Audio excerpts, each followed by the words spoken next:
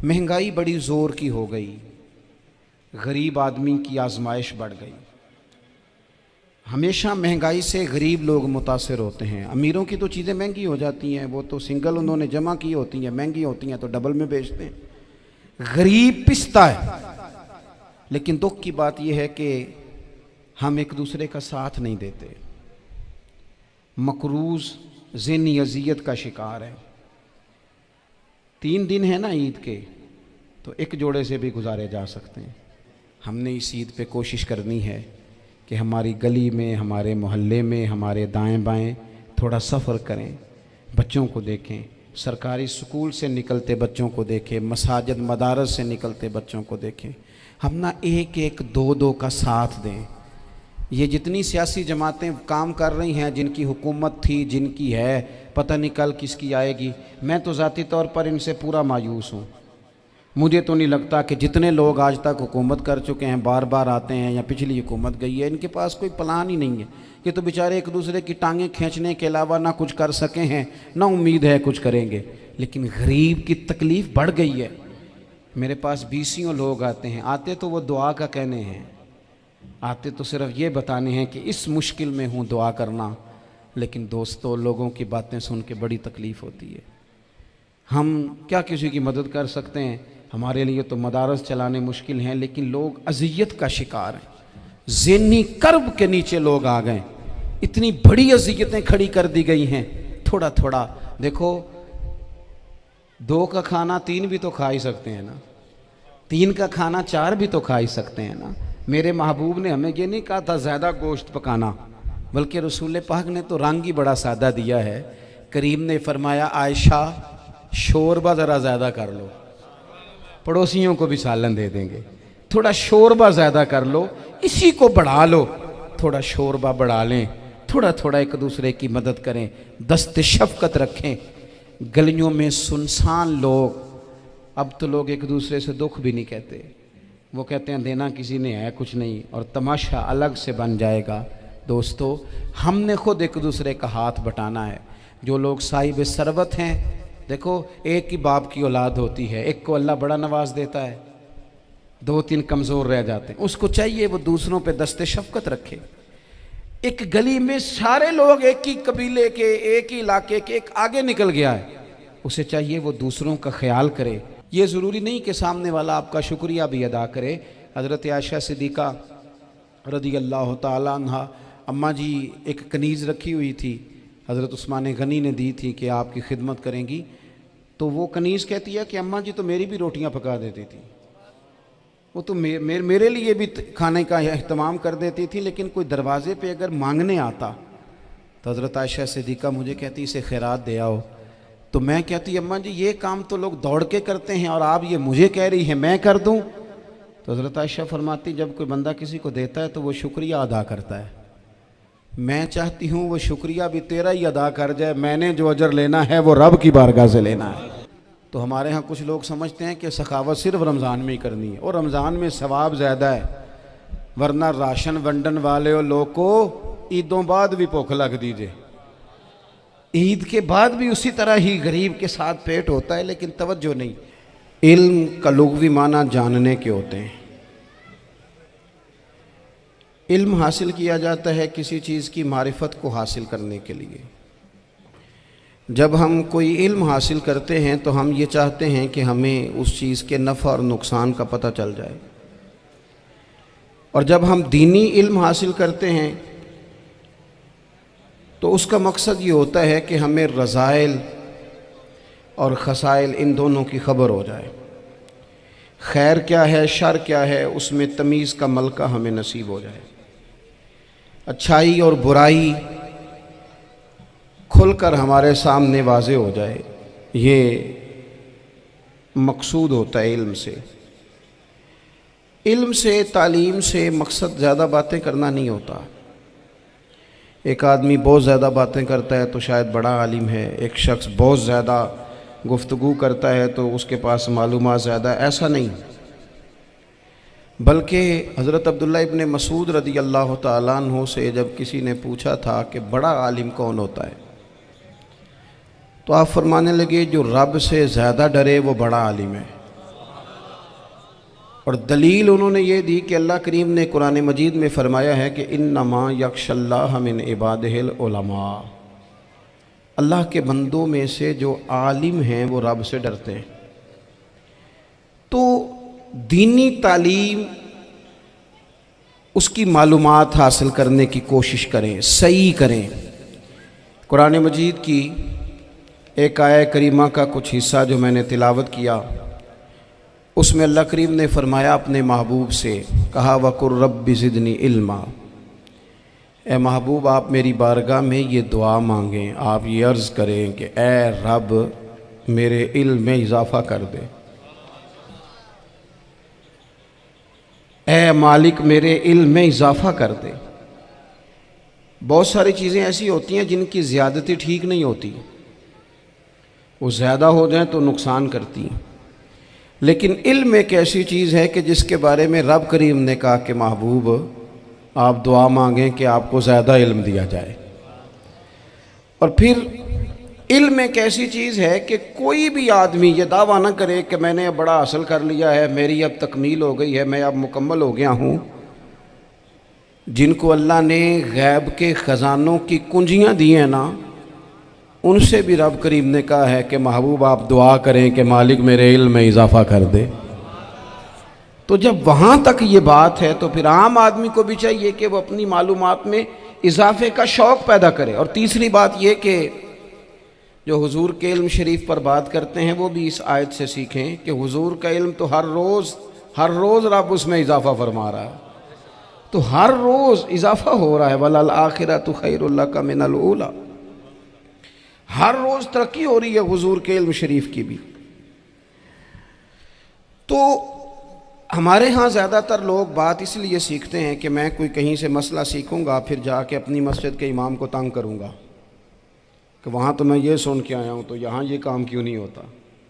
मैं कोई बात सीखूँगा तो फिर मैं उससे बहस का दरवाज़ा खोलूँगा। इल्म का मतलब ही अपने आप को संवारना है। मालूमात हासिल करने का मतलब ये कि आपके अमल में पुख्तगी आए, आपके किरदार में पुख्तगी आए, आपने जो सीखा है आप उसके मुताबिक अपने आप को ढालें। मुस्लिम शरीफ में मौजूद है, नबी पाक सल्लल्लाहु अलैहि वसल्लम ने दुआ मांगी है, ए अल्लाह मैं उस इल्म से तेरी पनाह मांगता हूँ जो इल्म तो हो पर नफ़े वाला ना हो। जिस बंदे के इल्म ने उसे नफ़ा नहीं दिया, वो कुछ सीख नहीं सका उससे, तो उसका इल्म किसी को क्या नफ़ा देगा। जब खुद से उसने, और सूफिया किराम तो फरमाते हैं कि जो लोग बड़ी मालूमात हासिल कर लें, बड़ी बातें सीख लें, पंचायत में किसी को बोलने ना दें, घर में किसी को बोलने ना दें। बहुत सारे लोग तो उलमा को भी मशवरा देते हैं, बड़ी बातें करे, लेकिन अमल के लिहाज से बंदा ज़ीरो हो तो अहले दिल फरमाते हैं उसकी सोबत से बचो। उसे बड़ा पता है, बड़ी बातें आती हैं, बड़ी बातें आती हैं, बड़ी बातें करता है, लेकिन गुफ्तगू की हद तक तो बहुत बड़ा है, अमल के मामले में सिफर है। बहुत सारे लोग मस्जिद के हुजरे में मीटिंग हो रही होती है और वो लंबी लंबी दलीलें और मशवरे दे रहे होते हैं, नमाज का टाइम आ जाए तो उठ के चले जाते हैं, कहते हैं मैं अपने महल्ले दी मसीतें पढ़नी। कईयों को काम याद आ जाता है।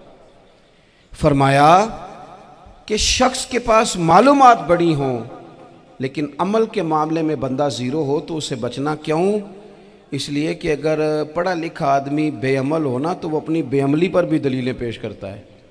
वो कहता है मैं ये काम नहीं करता तो ये मेरे पास दलील है। वो तो बेअमली को भी मुज़य्यन कर देगा माज़अल्लाह। तो दीनी तालीम एक तो हासिल इसलिए करें कि हमने अपने आप को संवारना है, और दूसरा इल्म का शौक़ तबीयत में हो। देखे ना, अल्लाह के हबीब सल्लल्लाहु अलैहि वसल्लम ने फरमाया है कि जो इल्म के रास्ते पे चल पड़ा वो जन्नत के रास्ते पे चल पड़ा है। जुमों में, महफिलों में कानों के जायके के लिए ना आए, इसलिए आए कि मेरे इल्म में, मेरे अमल में ये कोई इजाफे की बात बनेगी, मैं कोई नसीहत हासिल करूँगा तो मेरे दिल का जंग उतरेगा। हमारे यहाँ लोग मज़े के लिए आते हैं और आजकल लोग फ़ोटो के लिए आते हैं। इन दो कामों से निकल कर खालिस इस्लाह की नीयत से इल्म का शौक़, हमारे यहाँ तेज़ी से एक हरकत की गई, उलमा का वक़ार ख़राब किया गया और लोगों को दीनी उलूम से दूर किया गया। और इसमें बाज़ बेचारे वाइज़ीन और खुतबा ने भी किरदार अदा किया जब जाली पीर की तारीफ़ें खोल के की, और उसे पता नहीं कहाँ तक ये स्टेज होते हैं ना, इनमें कोई बंदा अच्छा लगे भी तो उसके लिए दुआ करनी चाहिए, तारीफ़ें नहीं करनी चाहिए।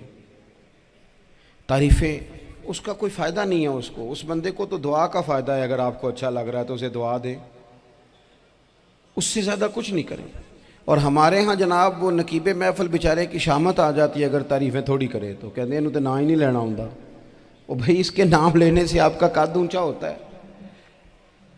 तो इल्म और आलिम, इन दोनों चीज़ों से कौम को दूर किया गया। दीनी तालीमात का फुकदान है। जो मैट्रिक तक लोग 60-70 किताबें पढ़ जाते हैं उन्हें भी कुरान पाक ठीक से नहीं पढ़ना आता, दूर किया गया। आप मुझे बताइए, चलें एक मस्जिद ही आप देख लें, उस मस्जिद के अंदर अगर एक तरफ एक आलिम दीन मिशकात शरीफ खोल के बैठे हों, हदीस पाक का दर्स हो रहा है, या बाहर शरीयत खोल के बैठे हैं, फ़िक़ही मसाइल बयान किए, और उसी मस्जिद में एक बाबा जी जुब्बा पहन के तगड़ा सा बड़ी सी पगड़ी बांध के और 500 दाने वाली तस्बीह लेके बैठे हैं।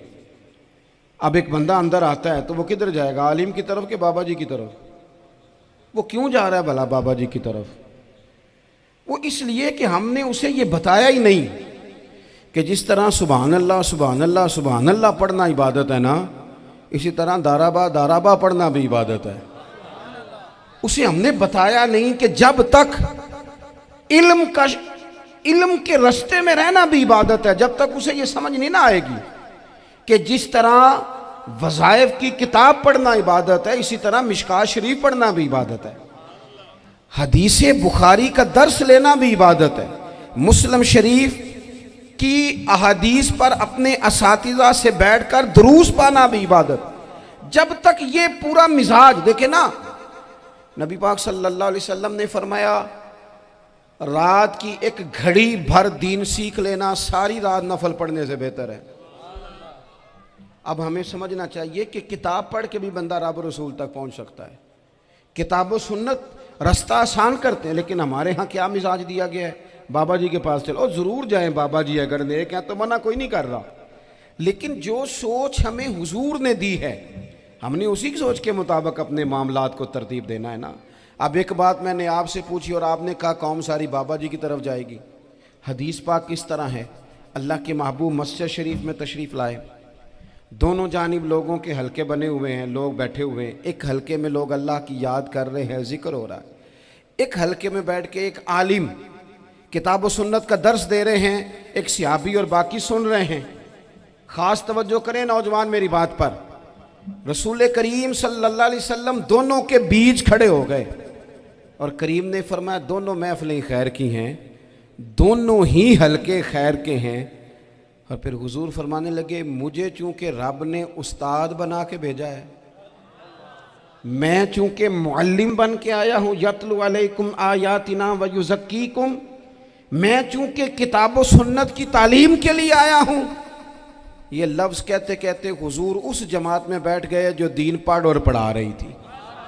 हुजूर वहाँ बैठे जहाँ बात दीन की हो रही, जहाँ लोगों को अल्लाह रसूल की बात बताई जा रही। तो जुमे में वक्त पे आएँ, अपनी दीनी मालूमात मजबूत करें और अपने लिए मजबूत करें। मैं आपको बड़े दर्द से ये बात अर्ज़ करता हूँ, अगर दिन में 100 लोग मसला पूछते हैं ना शरीयत का, तो उनमें 95 लोग वो होते हैं जो तलाक का मसला पूछते हैं। वालिद साहब ने, बेटी के वालिद साहब ने 2 महीने पहले ऑर्डर दिया होता है फर्नीचर का। बेटे की शादी हो तो महीना पहले शेरवानी वाले को भी कहना पड़ता है, गाड़ियां बुक करानी पड़ती हैं, मैरिज हॉल बुक, ये सारे लवाजमात हम करते हैं। सारा कुछ किया, गाड़ी से घर बसना है, मैरिज हॉल से बसना है, फर्नीचर से बसना है, हमने सारा कुछ उनको बताया।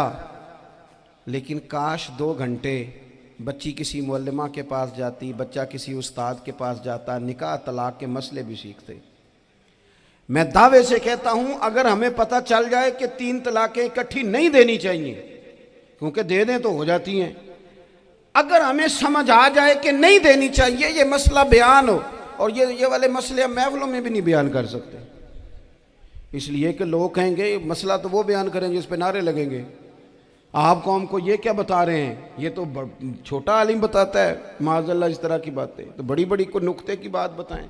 वो जिस तरह हमारे यहाँ वो 1 घंटा पहले नहीं कहते तगड़े हो जो मैं जुमला देने लगा, वो पता नहीं जुमला आ रहा है कि एटम बम आ रहा है, तैयार हो जाओ, जो मेरा जुमला ज़ाया ना करना, इधर भाग के चला गया उधर भाग के आ जाओ, अल्लाह जाने। वो जिस तरह कभी लगता है ना पटारी से अल्लाह जाने क्या निकलेगा, मैं जुमला देने लगा हूँ। तो मैं कहता हूँ तू आराम से बैठ के भी जुमला दे दे, तेरे जुमले से क्या निकलेगा। और तू जुमला ना दे, हमें कोई आयत दे, तू जुमला छोड़ हमें कोई हदीस पाक सुना। यानी हर नकीब, हर खतीब, हर नात खा उठ के कहता है सारा कुरान ही हुजूर की तारीफ है। और भाई अगर सारा कुरान हुजूर की तारीफ है तो चंद आयतें पढ़ दे, फिर तू भी, तूने पढ़ी तो एक भी नहीं और तू कहता जा रहा है सारा कुरान ही हुजूर की तारीफ है। ये वाली तारीफ भी तो सुनाना कौम को, जो ये बच्चे इनके उस्ताद इन्हें सिखा रहे हैं और ये सीख रहे हैं, इस तरफ भी तो सफ़र करें। तो मेरे अजीज, अगर लोगों को मसाइल का पता चले तो सैकड़ों घर बच जाएं तबाह होने से, बड़े बड़े घर बच जाएं, लेकिन मसाइल नहीं आते। मेरे पास मसला पूछने के लिए कुछ लोग आ गए तो 4-5 साल का बच्चा भी था जिसके वालिद ने गुस्से में अपनी बीवी को 3 तलाकें दी थी। तो छोटा सा बच्चा, कपड़े भी फटे पुराने, और हालत बता रही थी कि गरीबी है। तो जब मैंने मसला बताया कि 3 तलाकें हो गई हैं तो वापस जाने लगे, तो बच्चा मुझसे कहता है, देहाती आदमी, तो कहने लगा मौलवी साहब मेरी अम्मा ते नानी कहनी असन पूछ के आई आप कि हुण असी लहदा लहदा ही रहना है। तो उस बच्चे की नौनिहाल की वो कैफियत देखी तो मैं रो पड़ा। मैंने कहा यार ये बच्चा बेचारा माँ बाप के होते हुए ये यतीमों जैसी ज़िंदगी गुजारेगा क्योंकि बाप ने तलाक दे दी। किस तरह मसाइल नहीं बताए लोगों को, तालीम से आगाही नहीं किया। और इसमें बहुत बड़ा जुल्म है उन लोगों का भी जो जनाजे पे खड़े होके तो कह देते हैं, मेरी तरह के लोग, अच्छे उलमा की बात नहीं करता, वो कह देते हैं देखो जिन लोगों को जनाजा नहीं आता, भैया आपने किस दिन इशा के बाद क्लास लगाई थी जनाजा सिखाने की, ये तो आपने कह दिया लोगों को कुरान जी ठीक नहीं आता। तो यहाँ तो बेचारी बीबियाँ जिनको सही पढ़ना नहीं आता वो मिशन बना लेती हैं कि मैंने इतने 100 को कुरान पाक पढ़ाना है, बेवा हो गई हूँ, तलाक याफ्ता हो गई हूँ, सारी ज़िंदगी कुरान पढ़ाऊँगी। हम क्यों ये मिशन नहीं बनाते, क्यों इस तरफ सफ़र नहीं करते। एक तो दीनी मालूमात में, दीनी उलूम में अपने आप को लगाएं और ज़ौक़ पैदा करें कि जो चीज़ें मुझे नहीं आती मैंने वो सीखनी है, जो मामलात मुझे नहीं आते मैंने उनकी तरफ सफ़र करना है। एक तो अपना ये मिजाज बनाएं। और जब आप दीनी उलूम सीखते हैं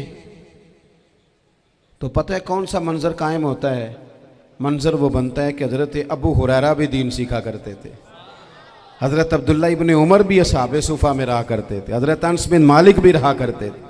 और ऐसा मंज़र बनता है कि हज़रत सैयदा खतीजतुल कुबरा रज़ी अल्लाह तआला अन्हा फरमाती हैं, सैयदा फ़ातिमा हुजूर की गोद में बैठी होती थी और नबी पाक से बातें पूछती थी और हुजूर उन्हें बता रहे होते थे। सैयदा आयशा हुजूर से दीन की बातें पूछती। चौथा हिस्सा हमारी फ़िक़्ह के उसूल हज़रत फ़ातिमा की, हज़रत आयशा सिद्दीक़ा की मरवियात पर मबनी है। अगर हमारी बच्चियां छोड़ दें डाइजेस्ट पढ़ना, छोड़ दें इधर उधर की मूवी देखना और वो किताब और सुन्नत पर आ जाएं तो बहुत सारे मसाइल ऐसे हैं जो उलझने से पहले ही सुलझे हुए हों। दीनी तालीम का मिजाज और ज़ौक़। और दूसरी आयत करीमा मैंने तिलावत की, अल्लाह करीम ने कुरान मजीद में फरमाया, या अय्युहल्लज़ीना आमनू कू अनफुसकुम व अहलीकुम नारा, ऐ ईमान वालों खुद भी दोज़ख की आग से बचो और अपने घर वालों को भी बचाओ। ओ वालिद, वो माँ जो बच्चों को भूख से बचाने के लिए मेहनत करती है, उनको मायूसी से बहुत सारे माँ बाप ऐसे होते हैं जिनके पास कपड़े लेने के पैसे नहीं होते ईद पे। क्यों? अजान शुरू होगी जी। अजीज़ भाई, जिस तरह हम अपने बच्चों को देखें, बहुत सारे माँ बाप के पास गुंजाइश नहीं होती, लेकिन इस नीयत से कि बच्चों के दिल टूट जाएंगे, ईद पे कैसे गुजारा करेंगे, मुश्किल से भी कपड़े ख़रीद के देते। इस तरह हम अपने बच्चों को भूख से, प्यास से, मायूसी से बचाते हैं। इस तरह हमारे रब ने हमारे ज़िम्मे लगाया है कि तुम अपने बच्चों को कोशिश करो दोज़ख की आग से बचाने की। हज़रत उमर फ़ारूक रज़ी अल्लाह तआला अन्हु ने अर्ज़ किया था, या रसूल अल्लाह सल्लल्लाहु तआला अलैहि वसल्लम, इस आया करीमा का माना क्या है? तो महबूब करीम अलैहिस्सलाम ने फरमाया, उमर, जिन चीज़ों का अल्लाह तुम्हें हुक्म देता है, तुम अपने घर वालों को उन चीज़ों का हुक्म दो। जिन चीज़ों से रब रसूल तुम्हें मना करते हैं, अपने घर वालों को उनसे रोको। अपने घर के अंदर निफाज़े दीन करने की कोशिश करो। मेरे भाई, बहुत ज़्यादा आजमाइश है हमारे घरों में, बेचैनियाँ हैं, इस्तराब है, बच्चों में सख्ती है, बहन भाई एक दूसरे के साथ लड़ते हैं, मिजाजों में तलखी आ गई। क्यों भला? इसलिए कि माँ बाप को जो बेहतरीन किरदार और जो हसीन तरीका घर में अपनाना चाहिए था, बच्चे तकरीर बाहर से सुनते हैं लेकिन वो फॉलो अपने माँ बाप को करते हैं। अगर माँ बाप में हौसला हो, सब्र हो, इत्मीनान हो, खुददारी हो, थोड़े पर गुजारा करने का मिजाज हो। देखे ना, आज डिप्रेशन है, टेंशन है, पैनिक्स अटैक्स हैं, बड़ी सारी चीज़ें आ गई हैं। क्यों भला? सब्र नहीं, तहम्मुल नहीं, बुर्दबारी नहीं। आजमाए। एक दिन एक बच्चा मेरे पास आ गया मदरसे का और आके वो रोने लगा।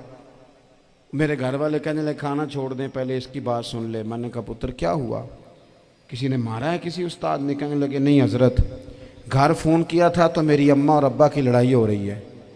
बच्चा कांप रहा है, टांगे कांप रही।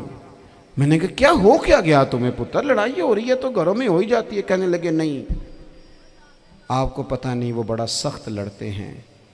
मेरे वालिद जब मेरी वालदा को मारने के लिए आगे बढ़ते हैं तो हम सारे चारपाइयों के नीचे छुप जाते हैं, हमें खौफ आता है, वो मंजर खतरनाक होता है। ये कौन तकलीफ दे रहा है अपने बच्चों को?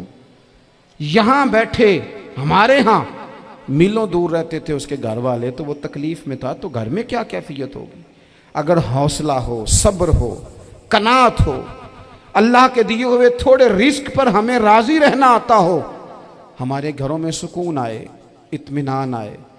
हम जो ज़िंदगी बड़ी खुशी खुशी गुजार सकते हैं, हमारे मिजाजों का लालच, हमारी तबीयतों की बेराह रवी, हमारी झूठी अना का बुत, उन सारी चीज़ों को ख़त्म कर देता है। अपनी ज़िंदगी के अंदर अगर हम वो किरदार अपने बच्चों को दें, जिस किरदार में मोबाइल भी हो, जिसमें गाड़ी भी हो, जिसमें पैसे भी ला के अब्बा दराज में रखता हो, लेकिन वालिद का घर में मुसल्ला भी मौजूद हो, उसकी कोई तस्वीर भी हो, वो ये भी कहता हो कि खुदा ने अपने फजल से आज 5,000 दिया है तो इसमें 1,000 गरीबों का भी है, इसमें थोड़ा सा मैंने अल्लाह की रिजा के लिए भी रखा है। अगर कोई मुश्किल आ जाए तो वो बाप और माँ को सब्र करता हुआ देखते हो। अगर एक बाप कर बात करे तो दूसरा बर्दाश्त करता हो। खुदारा अपनी औलादों को इस अजियत का शिकार न करो। अपने घरों के अंदर वो खुददारी, वो प्यार, वो वक़ार, वो मोहब्बत, वो अंदाज। आप थके हुए हैं, कोई शक नहीं, आप बहुत सारे मसाइल का बाहर शिकार होंगे, कोई शक नहीं, लेकिन आप बाहर से थक के आए हैं। और अगर आप बाहर अपनी फैक्ट्री के मालिक हैं और दफ्तर के बड़े हैं तो घर में भी तो आप बड़े हैं ना। आपकी माँ भी तो इंतज़ार कर रही है, उसने भी तो दुखड़ा सुनाना है ना आपको। आप ये देखिए कि आपके बच्चे भी तो इंतज़ार कर रहे हैं, वो चाहते हैं कि अब्बा आके बैठे तो हम उनके सीने पे चढ़ के थोड़ा खेलें। आपकी अहलिया मुंतज़िर हैं। कुछ बातें बीवी किसी और से नहीं कह सकती, सिर्फ अपने शौहर से कहती है, लेकिन वो तो आते ही जलाल में आ गए साहब। वो कहने लगे तू बड़ी नालायक है, मैं थका मांदा आया हूं और तूने मुझे कहानी सुना दी है। वो उस खातून से शिद्दत के साथ पेश आने लगे। मेरे रसूल पाक की हयात नूर को देखो, हज़रत उम्मे ऐमन हुज़ूर की रज़ाई वालदा हैं, उनकी भी खिदमत हो रही है। हज़रत हलीमा सादी आ रही हैं तो खिदमत हो रही है।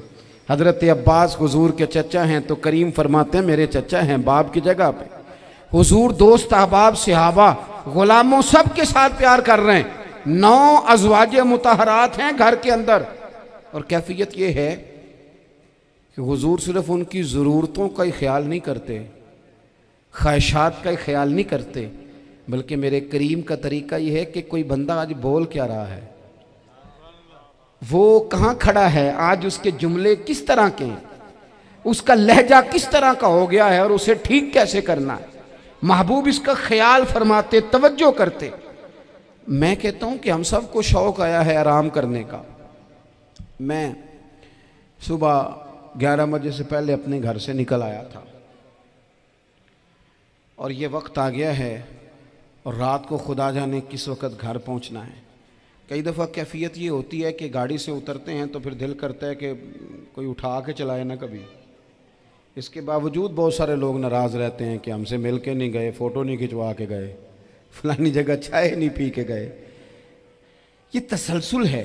लेकिन मैं जितना मर्ज़ी थका मांदा घर जाऊंगा ना, कभी ऐसा नहीं हुआ कि मैं घर जाऊं तो बड़ी टेंशन में जाऊं। मेरी घर वाली एक दिन मुझसे कहने लगी, आपने कभी नहीं कहा कि मैं थका हुआ आया। बंदा थक भी तो जाता ही है ना, कभी कहाँ करे ना। मैंने उसे कहा पता क्यों नहीं कहता? इसलिए नहीं कहता कि मैं नहीं चाहता कि मेरे बच्चे ये कहें कि हमने दीन नहीं पढ़ना, हमारा बाप तो बड़ी मुश्किल में है। हम अपने काम के बारे में अपने घर में शिकवे करते हैं। आप किसी बच्चे से पूछ लें कौन सा काम करना है, कहता जो अब्बा जी कर दे रहे हैं वो नहीं करना। क्यों? कि अब्बा जी हर रोज़ तो कहते हैं मैं बड़ा उलझ गया हूँ, ये काम बड़ा मुश्किल है। मैं चाहता हूँ कि मैं अपने बच्चों को ये बताऊँ कि पुत्र मैं तो जिधर जाता हूँ फूल ही फूल हैं, मैं तो जिधर से गुज़रता हूँ मोहब्बत ही मोहब्बत है, मैं तो जिधर से देखता हूँ दुआएं ही मिलती हैं, ताकि उनका शौक़ पैदा हो। मेरे अजीज़, आप थोड़ा सा दिल बड़ा करें।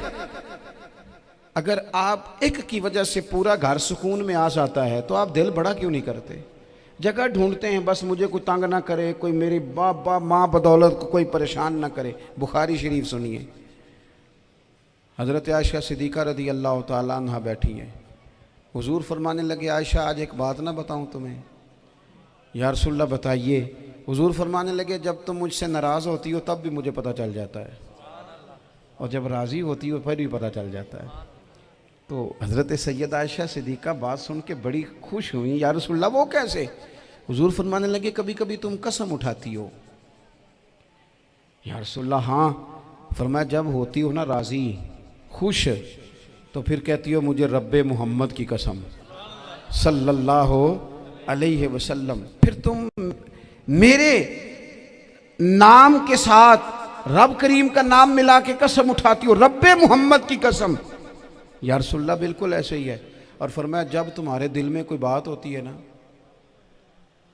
तो फिर तुम कहती हो मुझे रब्बे इब्राहीम अलैहिस्सलाम की कसम, फिर तुम रब्बे मोहम्मद नहीं कहती।